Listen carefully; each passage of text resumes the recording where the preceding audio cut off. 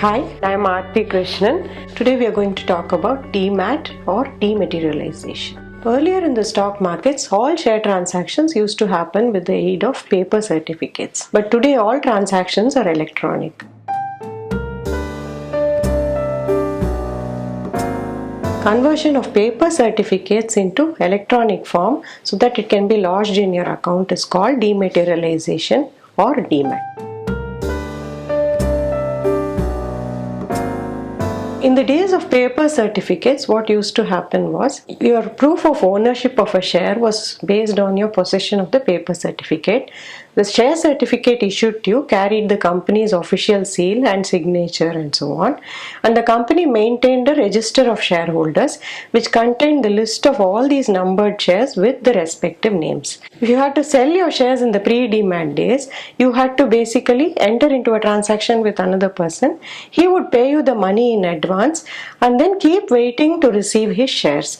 When you actually sold the shares, the signatures on the share paper certificates were compared with your original signature by a registrar.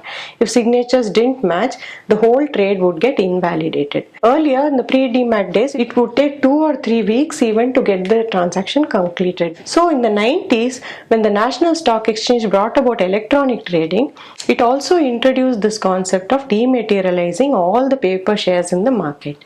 So it said that anybody wanting to buy or sell shares will have to actually rely only on dematted shares.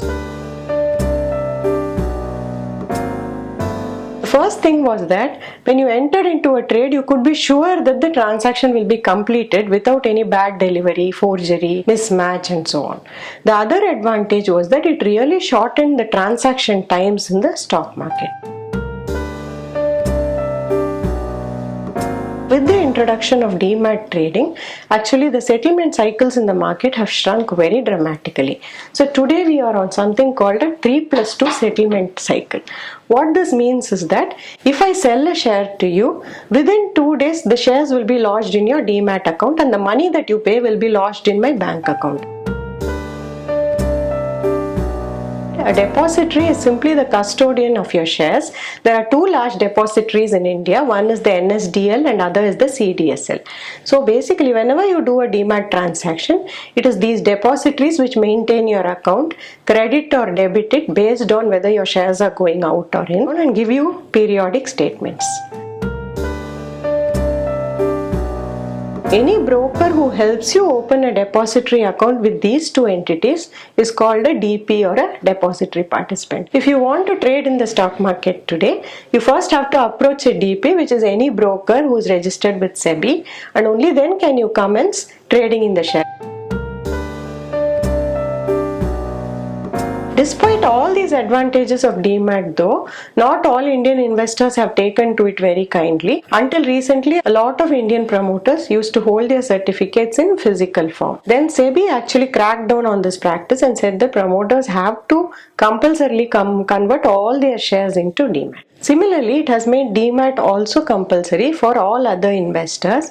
However, according to one estimate in 2014, 21 billion shares in nearly 4,000 listed companies remained in paper form and SEBI was still trying to convert them into Demat form. These could be shares which are held by people in the previous generation who have not thought to take it electronic or willed it to their heirs. You may be surprised to know though that only share market transactions have gone fully Demat. Bond market transactions still remain in paper form to some extent.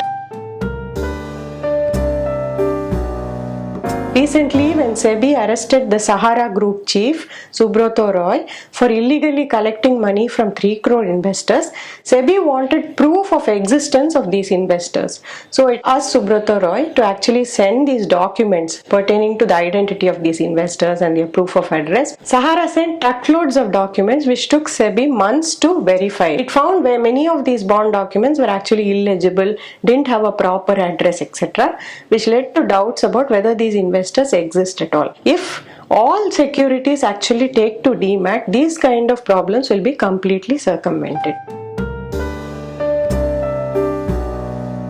In future, you will certainly need one because it is not just shares but also bonds, fixed deposits, insurance policies and mutual funds which are going Demat. So the idea is that the investor should have a one-stop account where he can verify all his financial investments at one place.